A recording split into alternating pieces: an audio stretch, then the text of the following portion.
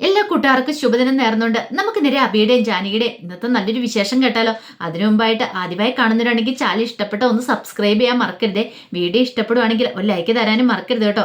ഇത്രയും ദിവസം അബിയുടെയും ജാനകിയുടെയും വിശേഷങ്ങളൊക്കെ നമ്മുടെ മെയിൻ ചാനലിനകത്തായിരുന്നു അപ്ലോഡ് ചെയ്തുകൊണ്ടിരുന്നത്. പക്ഷേങ്കിൽ ഇന്നലെ മുതൽ നമ്മൾ അബിയുടെയും ജാനകിയുടെയും വേദയുടെയും വിക്രത്തിൻ്റെയും ഇഷിതയുടെ മഹേഷിൻ്റെ എല്ലാവരുടെയും വിശേഷങ്ങൾ ഡെയിലി സ്റ്റോറി ഈ ചാനലിനകത്ത് അപ്ലോഡ് ചെയ്യുന്ന കേട്ടോ.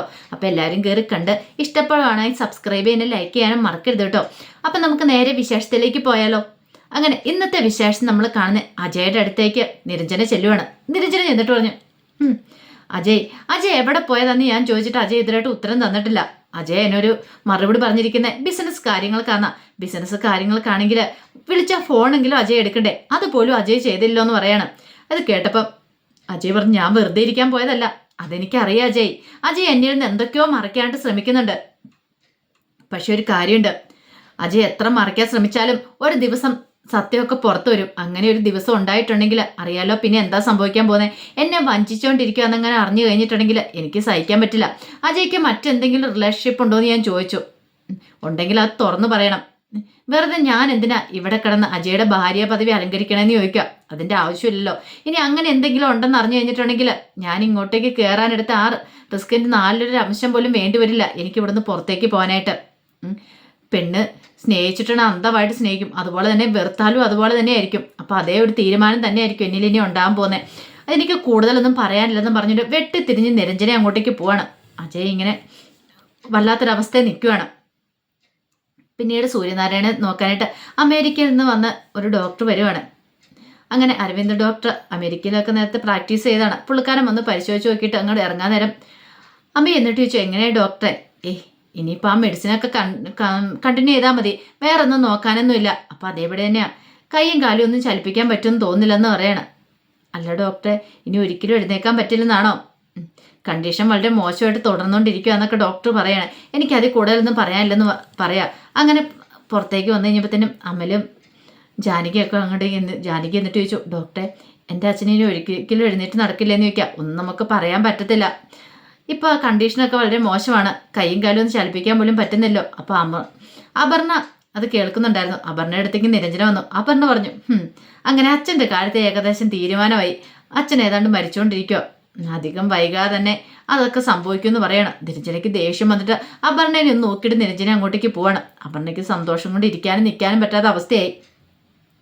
പിന്നീട് അരവിന്ദ് ഡോക്ടർ അങ്ങോട്ട് പോയി കഴിഞ്ഞപ്പോഴത്തേനും ജാനകിക്ക് സങ്കടപ്പെട്ട് കരയുവാണ്. അമൽ വന്നിട്ട് പറഞ്ഞു, ജാനകിയടുത്ത് എന്തിനാ വിഷമിക്കണേ, ഒന്നും സംഭവിക്കില്ല. അച്ഛൻ ഇനി കുറേ വർഷങ്ങളോളം നല്ല സന്തോഷവാനായിട്ട് ജീവിക്കും.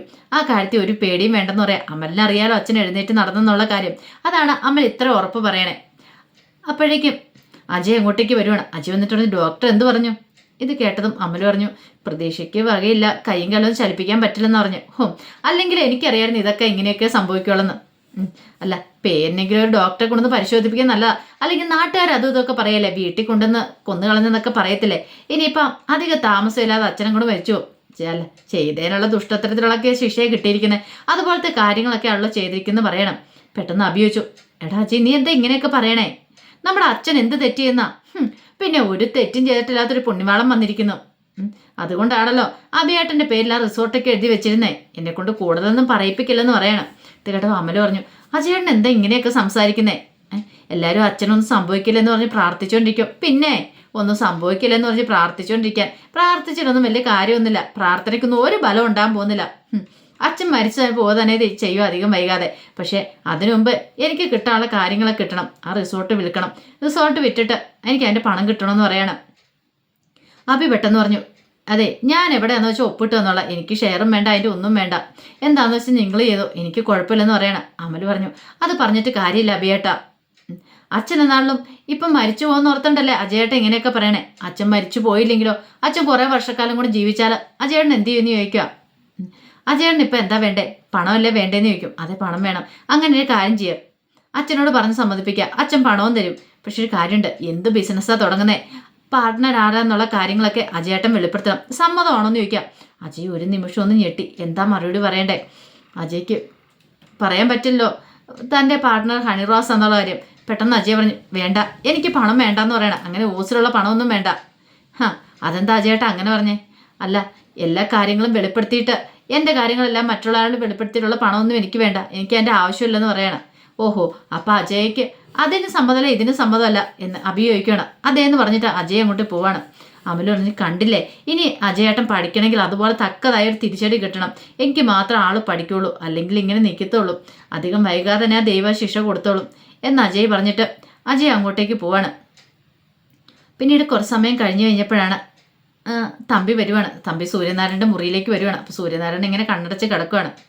എടാ ഞാനടാ തമ്പിയാന്ന് പറയണേ, ഇങ്ങോട്ട് നോക്കടാ. ഓ നിനക്ക് നോക്കാൻ പറ്റില്ലെന്നല്ലേ പറയണേ, കണ്ണു അടച്ച് കിടക്കുവാണ്. എടാ കണ്ണെങ്കിലും തുറക്കടാ, ഈ തമ്പി നിന്നെ ശരിക്കും ഒന്ന് കാണട്ടടാ. ഇങ്ങനെ ഒരു കാഴ്ച കാണാനായിട്ട് തമ്പി എത്രമാത്രം ആഗ്രഹിച്ചെന്നറിയാവോ. അപ്പോഴേക്കും അപർണ അങ്ങോട്ട് വന്നു. അച്ഛൻ ഒന്ന് പതുക്കെ പറ, ആരെങ്കിലും കേൾക്കും. ആര് കേൾക്കാനടി, ആരും കേൾക്കാനൊന്നും പോകുന്നില്ല. എടാ ഇങ്ങോട്ട് നോക്കടാന്ന് പറയാം. അച്ഛാ അതിന് അച്ഛന് വയ്യാതെ കിടക്കുന്നില്ലേ, പിന്നെ അച്ഛൻ ഇങ്ങനെ കിടന്ന് വിളിച്ചിട്ട് വല്ല കാര്യമുണ്ടോന്ന് ചോദിക്കും.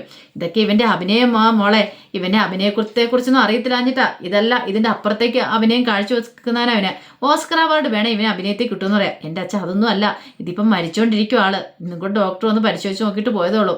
വലിയൊരു ഡോക്ടർ വന്നിരിക്കുന്നത്, ആ ഡോക്ടർ പോലും വിധി എഴുതിയിട്ട് പോയിരിക്കുന്ന, അധികം താമസം ഉണ്ടാകത്തില്ലെന്ന് പറയാം.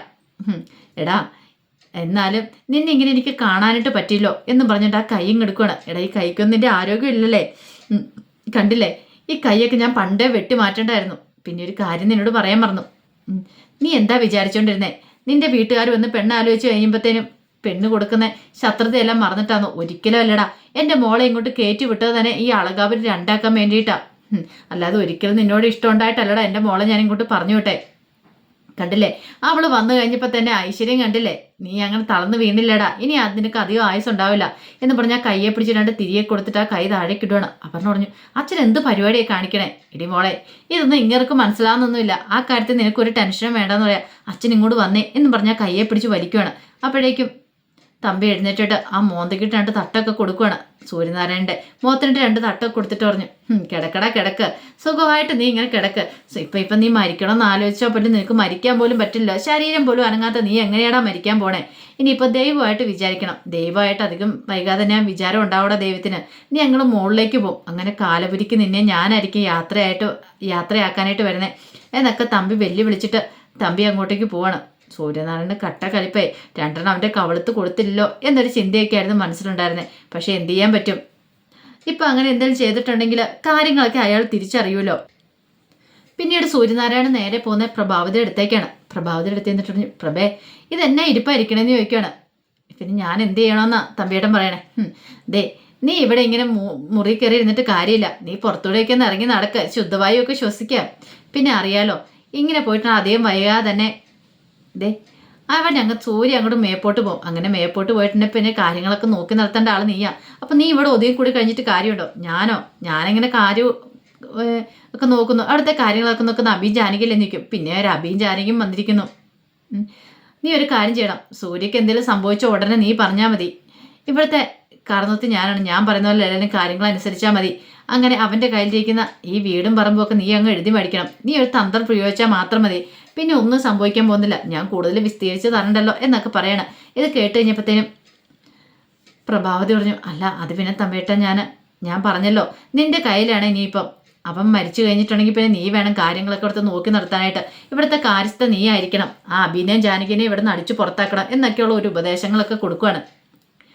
പിന്നീട് സൂര്യനാരായണൻ്റെ മുറിയിലേക്ക് അഭി വരുവാണ്. അഭി വന്നു കഴിഞ്ഞപ്പോൾ അഭിയോട് കാര്യങ്ങളൊക്കെ സൂര്യ പറയണം. തമ്പി വന്നിട്ട് കാണിച്ചൊക്കെ എനിക്ക് അവൻ്റെ കണ്ണം തീർത്തുനിന്ന് പൊട്ടിക്കാൻ നോക്കിയതാന്ന് പറയണം.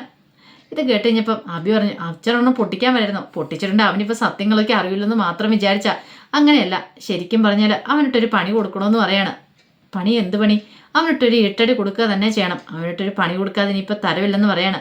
കാരണം അത്രമാത്രം കാര്യങ്ങളാണ് അവന് ചെയ്ത് കൂട്ടിക്കൊണ്ടിരിക്കുന്നത്. അവനിട്ട് നല്ല പണി തന്നെ കൊടുക്കണമെന്ന് പറയണം. എന്നാൽ അച്ഛൻ തീരുമാനിച്ചു എന്ത് പണിയാന്ന്, ഞങ്ങൾ ആ ഒപ്പം തന്നെ ഉണ്ടെന്ന് പറയാണ്. അപ്പോഴേക്കും കഥയെ മുട്ടുന്ന കിട്ടും. ആരായിരിക്കും മോനെ കഥയെ മുട്ടുന്നേ? അമൃതയുടെ അച്ഛാന്നുള്ള വിളി കിട്ടും. അമൃതയാന്ന് തോന്നുന്നത്. ഞാൻ പെട്ടെന്ന് കിടക്കാമെന്ന് പറഞ്ഞുകൊണ്ട് സൂര്യനാരായണൻ അവിടെ കിടക്കുവാണ്. അങ്ങനെ അമൃത വന്നിട്ട് പൊട്ടിക്കരച്ചിലായിരുന്നു. അച്ഛാന്നും പറഞ്ഞിട്ട് കയ്യിലൊക്കെ പിടിച്ച്, അച്ഛൻ കണ്ണ് തുറക്കച്ച, ഇതാരാ വന്നിരിക്കുന്നു നോക്കുക, അച്ഛൻ്റെ മോൾ അമൃതയെ വന്നിരിക്കണമെന്ന് പറയണം. പിന്നീട് സൂര്യനാരായണൻ കണ്ണ് തുറന്നു. പ്രത്യേകിച്ച് മോൾക്ക് സുഖമാണെന്ന് ചോദിക്കേ. അച്ഛൻ സംസാരിച്ചോ? അച്ഛന് സംസാരിക്കാൻ പറ്റില്ല എന്ന് പറഞ്ഞിട്ട് ഇതേ ആരാ ഇതൊക്കെ പറഞ്ഞെന്ന് ചോദിക്കുകയാണ് അഭി. അതെ അപർണയാ പറഞ്ഞെന്ന് പറയാം. അവൾ ഇതല്ല ഇതിലപ്പുറം പറയും, അവര് പെരുങ്കള്ളിയല്ലേ അവള്.